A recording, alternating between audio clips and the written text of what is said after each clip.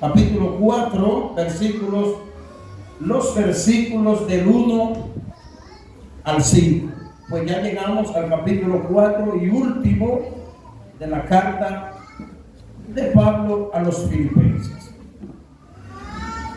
Estamos casi finalizando esta carta. Ya no hemos terminado por varios domingos que nos paramos de seguir la exposición de esta carta, pero el Señor tiene el control de todas las cosas. Así Él lo quiso. Bien, si usted tiene su pasaje ahí, vamos a leerlo en el nombre del Señor Jesucristo. Regocijaos en el Señor siempre. Así que, hermanos míos, amados y deseados, gozo y corona mía, estad así firmes en el Señor, amados. Ruego a Evodia y a Síntique que sean de un mismo sentir en el Señor. Asimismo te ruego también a ti, compañero fiel, que ayudes a esta que combatieron juntamente conmigo en el Evangelio, con Clemente también y las demás colaboradores míos, suyos, cuyos nombres, están en el libro de la vida. Atención. Regocijaos en el Señor, versículo 4, siempre. Otra vez os digo, regocijaos. Versículo 5, vuestra gentileza sea conocida en todos los hombres. El Señor está cerca. Eterno y Padre bueno, gracias por tu palabra. Se puede sentar, queridos hermanos.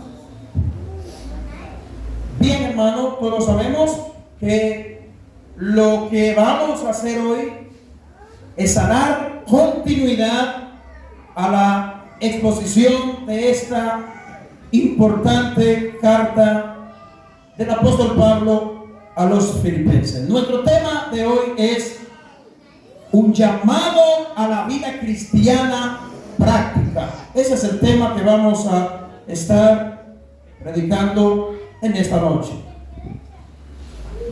Yo creo que la vida cristiana no tiene algo que sea en lo que tiene que ver con la involucración de tu vida cristiana en cuanto a lo que tiene que ver con liturgias, devociones, ministerio y todo lo que usted y yo vivamos en lo que tiene que ver con la vida cristiana. Para mí no hay algo más poderoso en cuanto a lo que le acabo de decir que una vida cristiana práctica.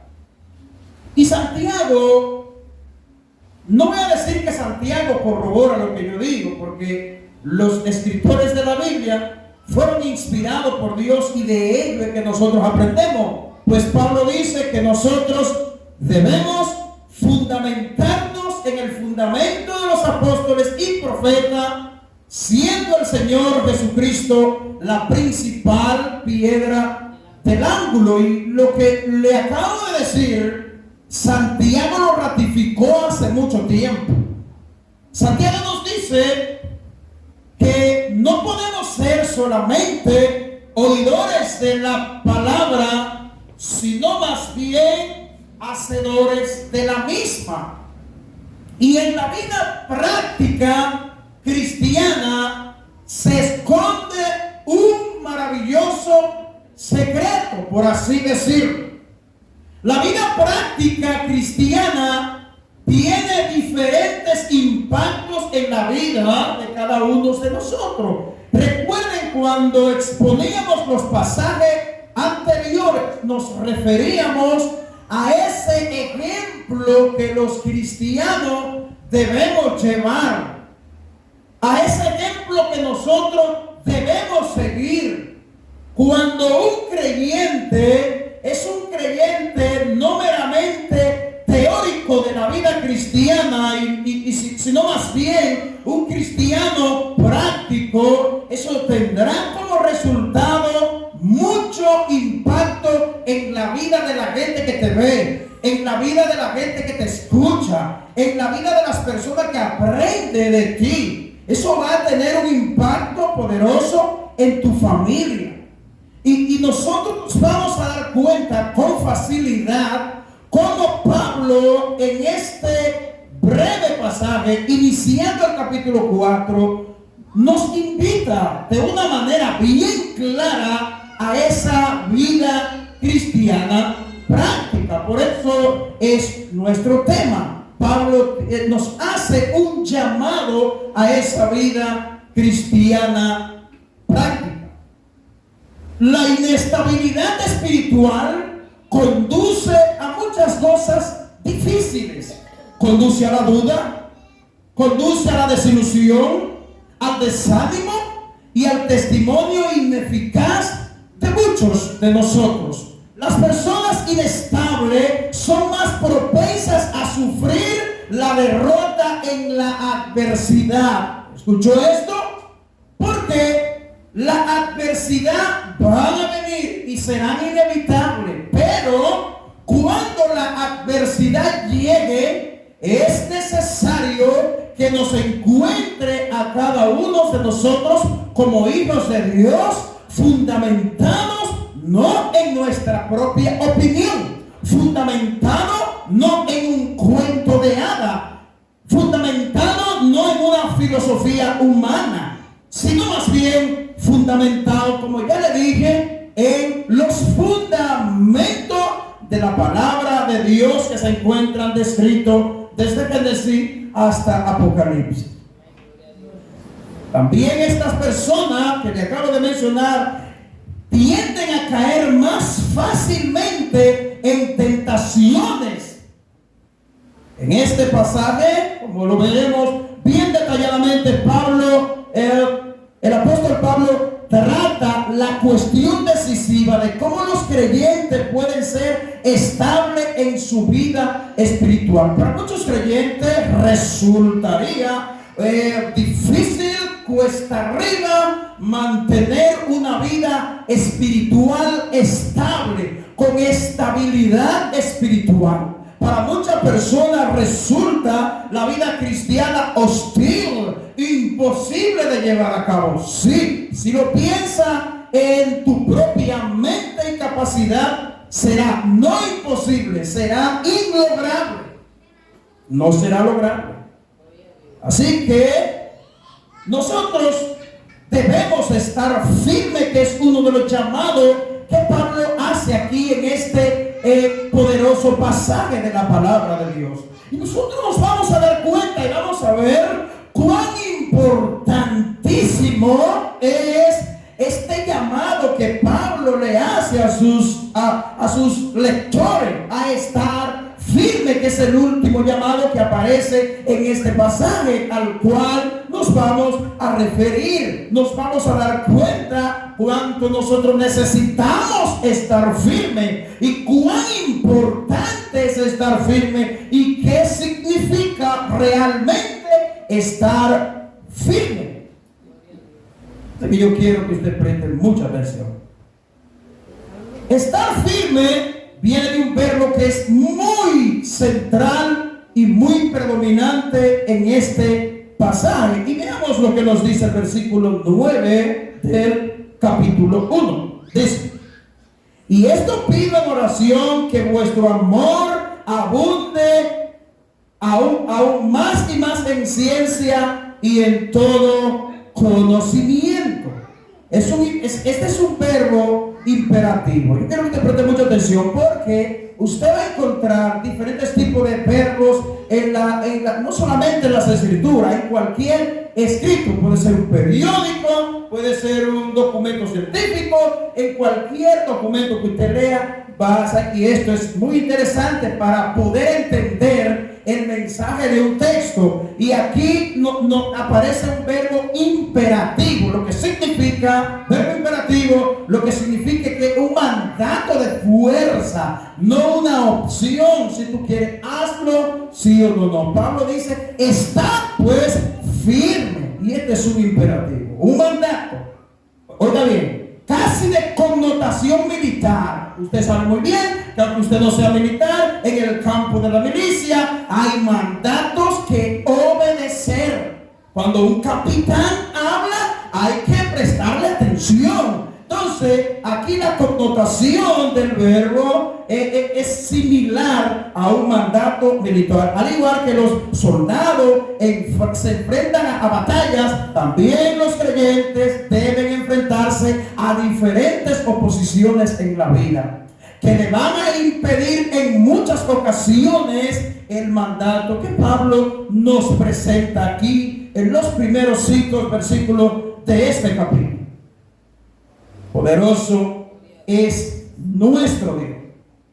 Los creyentes nos vamos a enfrentar a diferentes oposiciones, a diferentes ataques, y eso lo vemos, basta con uno ver a Efesios capítulo 6, específicamente los versículos 11, versículo 13 y versículo 14. Allí Pablo presenta lo que es realmente una batalla feroz espiritual, no como muchas veces nosotros queremos verla y pintarla como pinta la mitología griega. A Satanás lo pinta con un rabo atrás y con 2 cachos aquí, y la gente a veces tiene idea de Satanás que son muy erróneas y muy distintas a la que la Biblia nos plantea. Pues es necesario entonces que nosotros conozcamos bien con quién nosotros estamos luchando, con quién nosotros estamos batallando. Es importante cuando la palabra de Dios nos instruye, nos manda, nos exhorta, nos advierte. Cada una de esas cosas van a ser sumamente importantes.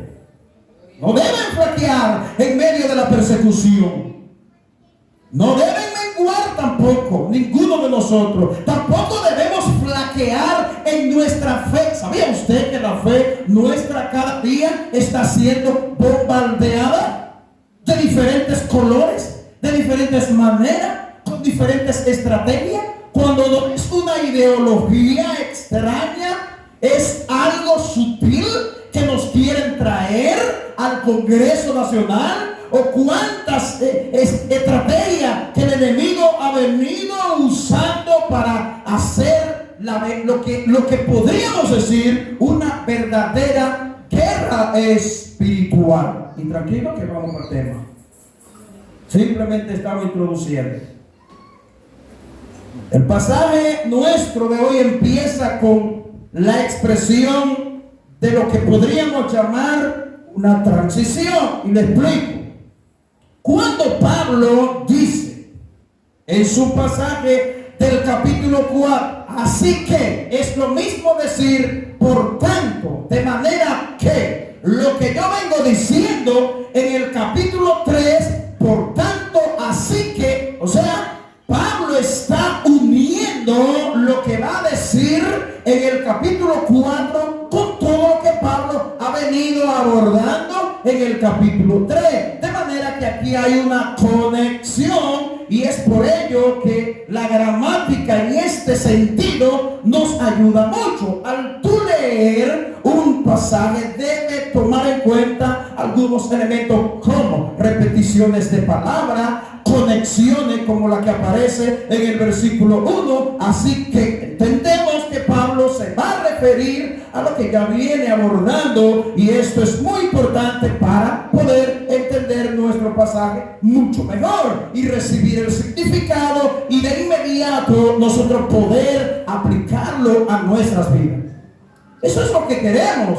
De nada sirve que hablemos del pasaje, no entender el pasaje y obviamente no poder aplicarlo a cada una de nuestras vidas. Pues el propósito es que apliquemos lo que Dios en esta noche nos trae a través de este pasaje de Pablo. Y este pasaje empieza así, haciendo lo que llamamos una transición. Así que, como prueba de de que Pablo se dispone a escribir algo en base de lo que acaba de exponer en los pasajes del versículo 12 al 21. Allí Pablo, ustedes podrán recordar que Pablo presentó la búsqueda de la semejanza de Cristo en el cristiano, que es tanto la meta en esta vida como el premio en la vida venidera para cada uno de nosotros. Y eso fue lo que Pablo nos planteó. ¿Y cómo nosotros vamos a lograr llegar a la meta y al premio del supremo llamamiento si nosotros no vivimos una vida gozosa, si nosotros no vivimos una vida en reconciliación, una vida en paz? Que eso es lo que trata nuestro pasaje, porque Pablo va a hablar de dos miembros de la iglesia de Filipo, que eran estas dos mujeres que menciona el versículo 2, Evodia y Síntique. Que dicho sea de paso, aunque la Biblia no se refiera, y en ninguna otra carta de Pablo se refiera con amplitud con estas mujeres, ellas eran mujeres maduras y reconocidas en la iglesia. Sin embargo, hay algún problema serio en estas dos mujeres que Pablo confronta, exhorta en este pasaje, que nos puede servir a nosotros de mucho bien.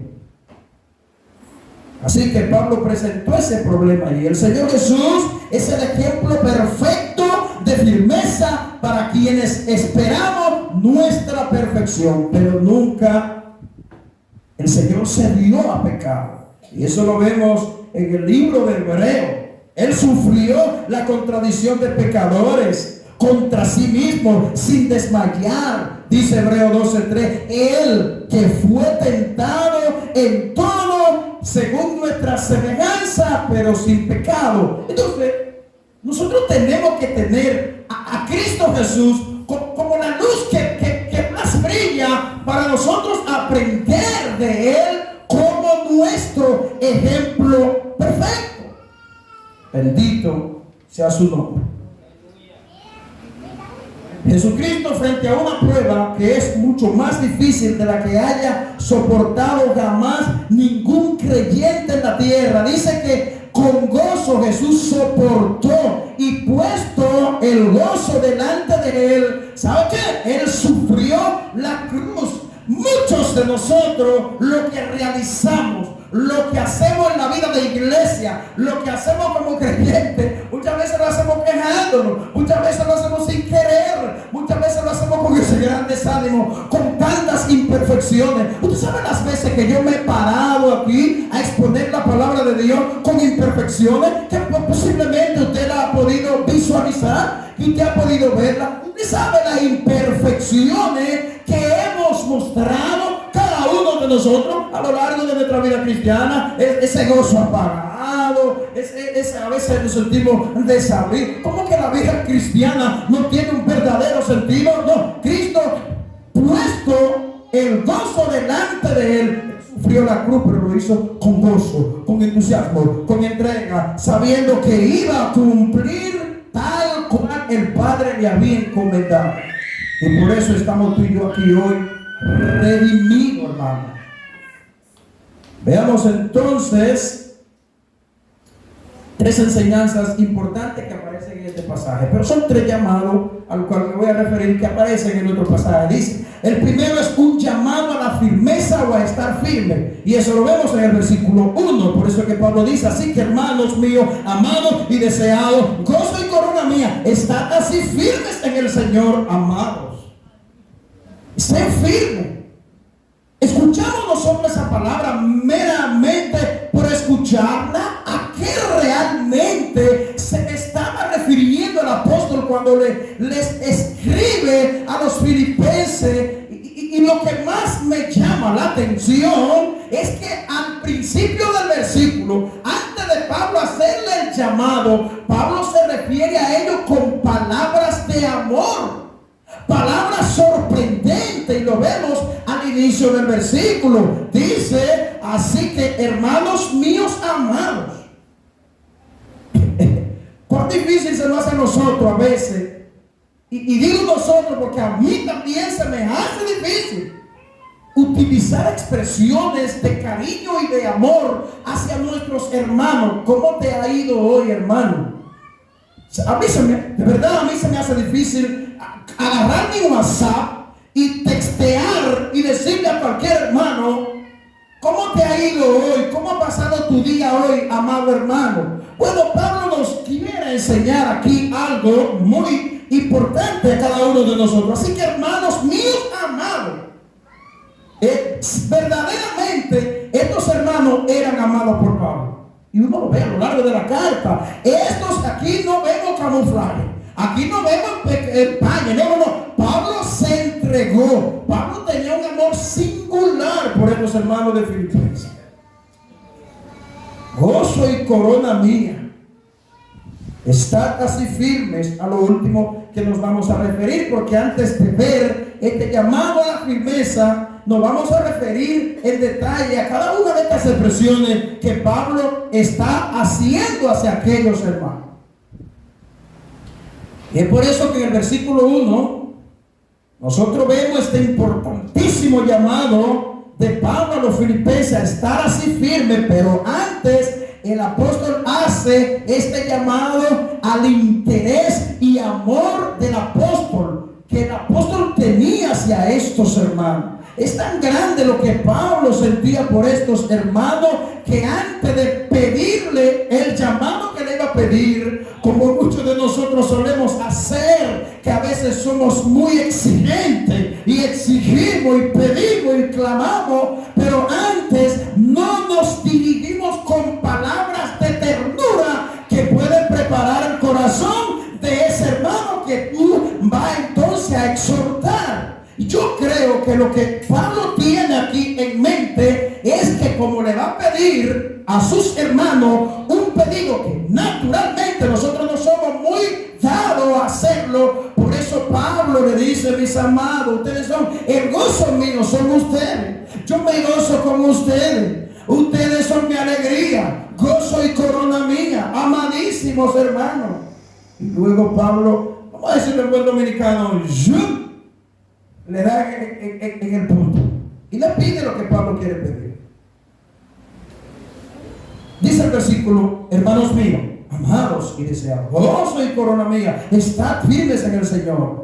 Al uno ver las expresiones de Pablo en este pasaje, uno fácilmente se da cuenta el corazón tierno del pastor que Pablo tenía hacia los filipenses, y no solo a los filipenses, a todas las iglesias a las que Pablo le escribió. Uno ve ese corazón tierno, uno ve esa persona preocupada por los problemas que surgen en la congregación. Y Pablo no escribe esto aquí meramente por escribirlo. Pablo tiene un propósito al escribir lo que está escribiendo, porque Pablo más adelante, y no muy lejos, en el versículo 2 se va a referir a las mujeres que ya yo le acabo de mencionar, que estaban en discordia. Poderoso es el Señor. Y cuando uno ve las palabras del apóstol iniciantes aquí en este capítulo, rápidamente uno se da cuenta del fruto que este hombre tenía. Bendito sea nuestro Señor. Pues él estaba a punto de dirigirle a sus hermanos, los filipenses, una muy fuerte exhortación. Así que la introduce afirmando su amor y su interés hacia ellos. Mire cómo Pablo primero te pongo la inyección de la cura y te preparo la mente y el corazón para luego, cuando tú entiendas que te amo de verdad, para cuando te exhorte, entonces tú recibas la exhortación con amor también. Y Pablo era un predicador estratega, era un pastor que había sido instruido por el mismo Dios. ¿O cuánto necesitamos aprender de nuestro hermano Pablo? Pero vamos a ver paso a paso cada una de estas expresiones a las que Pablo se refiere aquí. ¿Qué vamos a ver? Vamos a ver el verdadero significado de cada una de estas expresiones. Amado es la forma adjetiva del griego más profunda que puede existir para referirse al amor. Cuando Pablo dice amados, no es lo mismo que los amo, siento amor por ustedes. No. El verbo que Pablo está usando aquí en el original expresa un profundo interés y amor por esos hermanos. Por eso, de ahí que las palabras tienen significado de acuerdo a como tú la digas y la expreses. Amado, eso es una forma muy profunda de Pablo referirse a sus hermanos.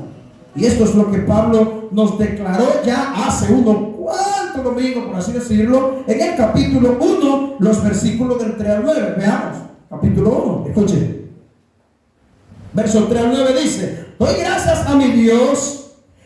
Aquí Pablo se está refiriendo a estos hermanos. Doy gracias a mi Dios siempre que me acuerdo de vosotros, siempre en todas mis oraciones, rogando con gozo por todos vosotros. Y es tú el mundo que hace eso, hermano, por vuestra comunión en el Evangelio desde el primer día hasta ahora, estando persuadido, dice Pablo, de esto: el que comenzó en vosotros la buena obra la perfeccionará hasta el día de Jesucristo. Ya Pablo desde el capítulo 1, no solamente en el capítulo 3 y 4, viene hablando de esa perfección, viene hablando de ese amor entrañable que Pablo tiene. Versículo 7 dice: ¿cómo me es justo sentir esto de todos vosotros, por cuantos tengo en el corazón y en mis prisiones y en la defensa y confirmación del Evangelio? Todos vosotros sois participantes conmigo de la gracia, porque Dios me es testigo de cómo os amo. Escuche esto: a todos vosotros con entrañable amor de Jesucristo. Y esto pide en oración. ¿En qué tú pides, Pablo? Oh, que vuestro amor abunde aún más y más en ciencia y en todo conocimiento.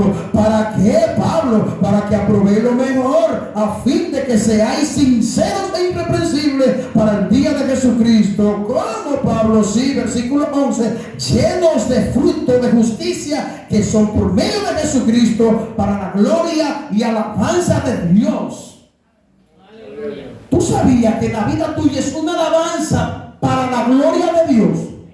Que cada vez que tú muestras el fruto del Espíritu de Dios en tu vida, tú estás alabando a Dios. No pienses que tú estás alabando a Dios solamente cuando ustedes, y me dirijo específicamente a ustedes, cuando ustedes ensayan una alabanza, un himno y lo cantan aquí. Es ahí nada más que ustedes están alabando a Dios. No, están alabando a Dios en cada detalle de su vida, en el trabajo, en la universidad, en el autobús donde te monta, en el patio donde transita, con todas las personas que interactúan. Tú estás alabando a Dios con lo que tú proyectas y hablas sin tener que usar las palabras.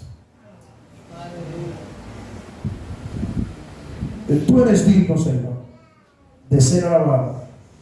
Otra expresión que aparece en este pasaje es, yo me imagino a Pablo cuando estaba escribiendo, es la expresión deseado. Esta frase es la traducción de otro adjetivo de que este modo la frase entera podría traducirse de la siguiente manera: mis amados y anhelados hermanos. O sea, la idea de la que Pablo dice mis deseados cortica, la idea que el texto quiere decir o expresar: mis deseados y amados hermanos. Yo me imagino cómo estas palabras, inspiradas por Dios de parte de Pablo, cómo llegaban a esas iglesias cuando esas iglesias las leían esas cartas, como lo estamos haciendo nosotros aquí domingo tras domingo, leyendo el texto y ubicando el texto. Otra expresión que aparece en el pasaje es gozo, una palabra que predomina a lo largo de la carta. De hecho, como ya le he mencionado, la carta ha sido bautizada como la carta del gozo. Pablo no solo amaba a los filipenses, sino que ellos eran su gozo. Más que amarlo, Pablo recibía y sentía gozo por esos hermanos, por su crecimiento espiritual, por el avance, por el fruto que ellos daban. Como más adelante en el capítulo, el mismo capítulo 4, Pablo se refiere que ellos habían dado fruto digno por lo que ellos habían aportado para el ministerio de Pablo. Señores, Pablo se llenaba de gozo cuando veía a un cristiano dando fruto. Esa debe ser la reacción de cada uno de nosotros, preocuparnos porque otros crezcan en la fe. Pero no solo eso, gozarnos, hermanos, cuando veamos a esos creyentes crecer. Otra expresión es corona. Está ligada con el gozo. Gozo es corona mía. Los filipenses eran también la corona de Pablo. Pero después de todo este profundo amor, manifiesta que vemos aquí del apóstol hacia estos hermanos, que tan importante y urgente era para estos hermanos el pedido que Pablo les estaba haciendo a que estén firmes. Hoy más que nunca se necesita estar firme. Escuche bien. No resulta tan fácil hoy que los creyentes estén firmes en el siglo XXI, porque hay demasiados ataques feroz de dentro y de afuera, hermano. Usted no sabe de dónde le vendrá un ataque, de dónde te va a sorprender una reacción negativa, porque tanto de adentro como de afuera están llegando en estos tiempos que nosotros nos ha tocado vivir. Y es por eso que es importante, es necesario que estemos firmes. ¿Pero en qué y cómo? Alabamos al Señor, porque este realmente es el llamado que Pablo nos hace. Pero no solamente eso, que desde el capítulo 1, vea lo que dice el versículo 27 del capítulo 1. Ya Pablo viene hablando de eso. Dice, versículo 27, solamente que os comportéis como es digno del evangelio de Cristo, para que, o sea, que vaya a veros o que esté ausente, oiga de vosotros que estáis firmes. Y como Pablo, en un mismo espíritu, combatiendo unánime por la fe del evangelio. Oh, poderoso es nuestro Dios. Combatiendo unánime. Cuando Pablo se refiere en el capítulo 4, creo que tiene en mente lo que ya él había escrito aquí en el capítulo 1.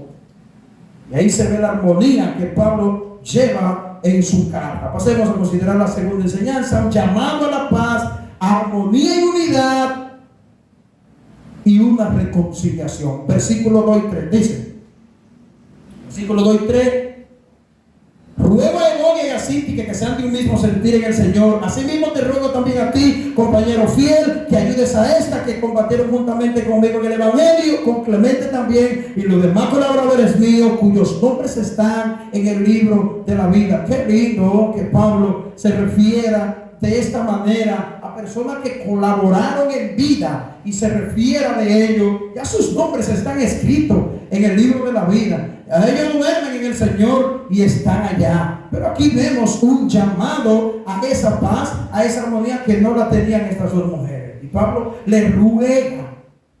Mire de qué forma Pablo no va. Aquí está la no disciplinada. Siéntense aquí, vengan. Vamos a arreglar esto. No. Yo les ruego, mis hermanas.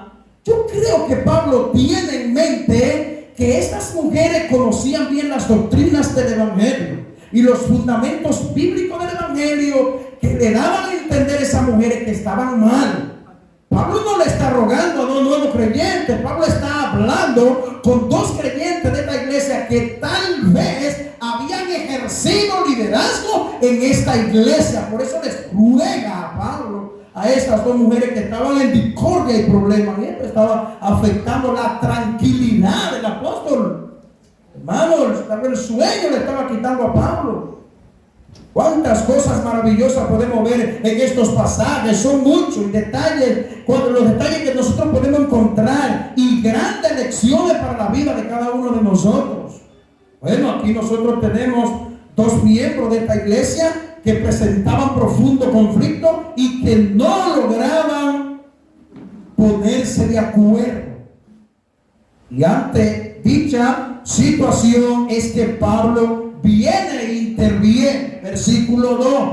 ¿Y cómo es que Pablo viene e interviene con estas hermanas? La intervención de Pablo es mediante un ruego que va directo a estas dos hermanas. Y mire cuántas cosas tiene uno que hacer a veces.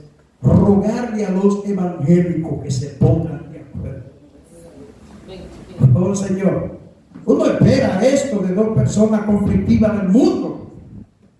Vamos a reunirnos con fulano y fulano que está machete. No, estas eran dos mujeres evangélicas. Mujeres evangélicas de verdad. Que sean de un mismo sentir. Esa era la causa del gozo de Pablo.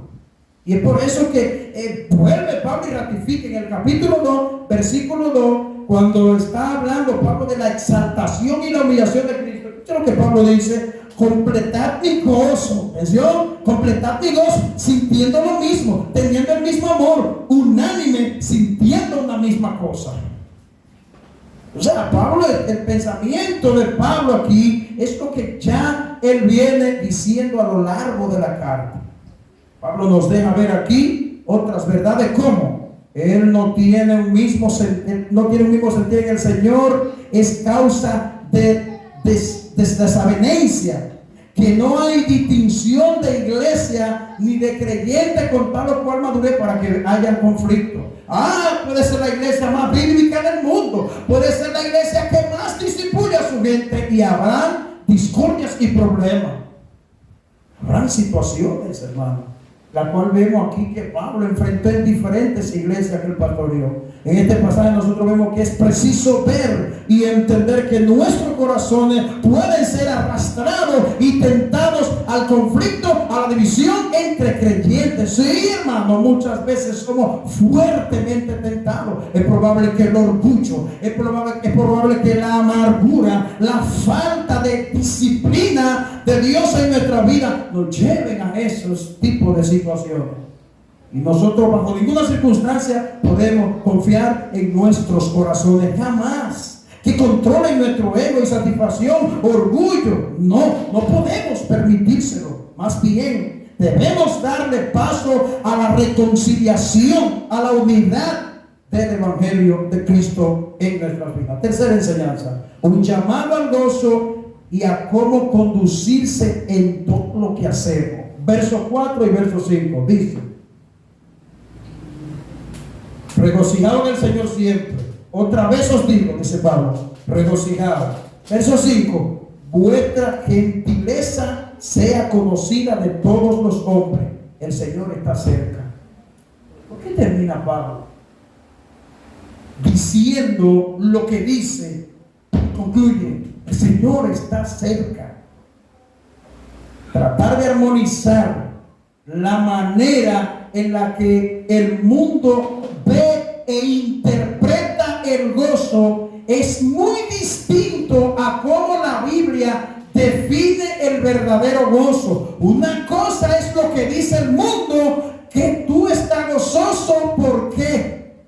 El gozo del mundo es un gozo circunstancial, pero el gozo que tú y yo tenemos es un gozo en todo tiempo. Por eso Pablo dice: gozado en el Señor siempre. Cuando se me muera un hijo, sí, te va a llorar, te va a doler. A mí me va a doler si se me muere, voy a llorarlo. Pero eso no significa que el gozo del Señor no esté presente en cualquier circunstancia de la vida. Así que tratar de reconciliar estas dos posturas de cómo el mundo entiende que una persona puede estar gozoso y cómo la Biblia entiende que un cristiano puede estar gozoso, dos cosas abismales y muy distintas. Diferentes planteamientos. El gozo en el mundo es circunstancial. Si te está yendo bien económicamente, pues debe estar gozoso. Si hay ausencia de problemas de salud, entre otras cosas, oye, el gozo te rebosa hasta por los ojos. Así es que el mundo lo ve. ¿Y qué significa eso? Que las circunstancias favorables son las que determinan cuando una persona en el mundo tiene que estar gozoso. Usted quiere ver una gente en conversa con la cabeza para abajo y queriendo encontrar una soga para ahorcarse y queriendo encontrar el puente de la 17 para tirarse de cabeza, que le hayan pasado cosas difíciles y que las cosas que quería lograr en la vida todas se le fueron al suelo. Los cristianos no. Pablo Pablo escribió a Filipenses, escribió a Efesios, entre otras cartas, metido en una cárcel en Roma, según suponen los estudiosos. Y Pablo escribe la carta de Filipenses en la cárcel, encadenado, perseguido por el Evangelio, bajo persecución, y le escribe gozoso. ¿Cómo nosotros podemos entender el cristianismo pensando como la gente del mundo piensa? No hay forma, hermano. Por eso es que la gente del mundo no entiende esto. Y tú y yo lo entendemos porque el Espíritu Santo nos ha ayudado a entenderlo. Y vive dentro de nosotros el Espíritu de Dios. Mientras que Pablo les pide a los hermanos de esta congregación que se gocen en el Señor siempre. En ciertas situaciones favorables de esta vida, no solamente allí, sino que se gocen siempre. Así que, hermano, cuando te esté yendo muy mal económicamente, cuando las enfermedades toquen la puerta de tu vida, que eso no es inevitable aquí en la tierra, recuerda esta palabra, pídele a Dios el gozo en tu vida. Tú puedes atravesar por cualquier situación en la vida amarga que tú no sabes de dónde está viniendo esa situación.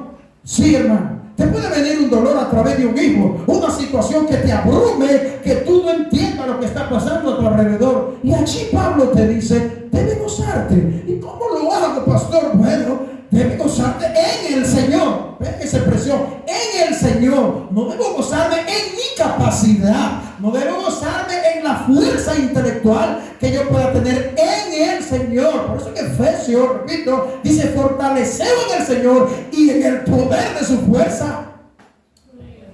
Nadie puede, hermano, con su propia capacidad atender a los llamados que Dios hace de vida cristiana.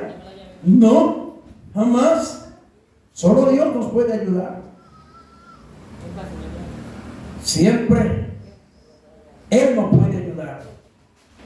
Quien siempre está gozoso, está dando, escuche esto, quien siempre está gozoso, está dando lugar al fruto del Espíritu Santo en su vida.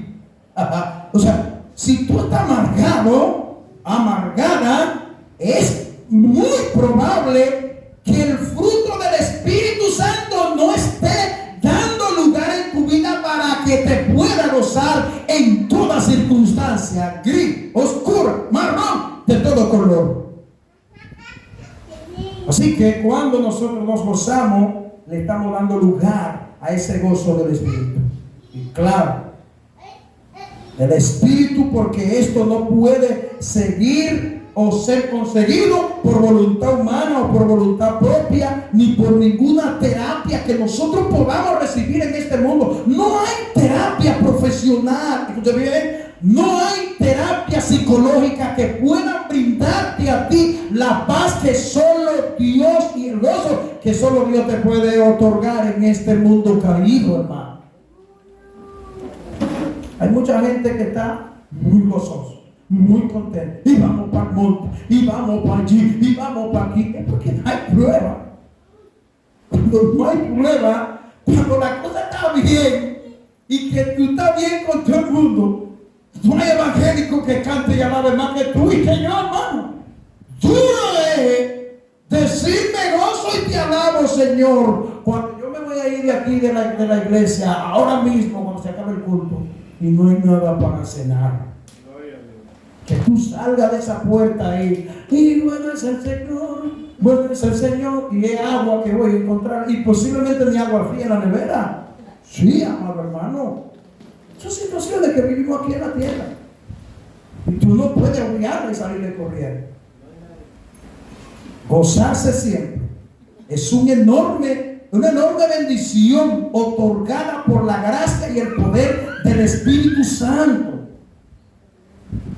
Seguidamente en el versículo 5 Pablo pide cómo debe ser la conducta de cada creyente en esta tierra y cómo debe conducirse.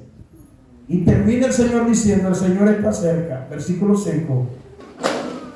Vuestra gentileza sea conocida en todos vosotros. El Señor está cerca.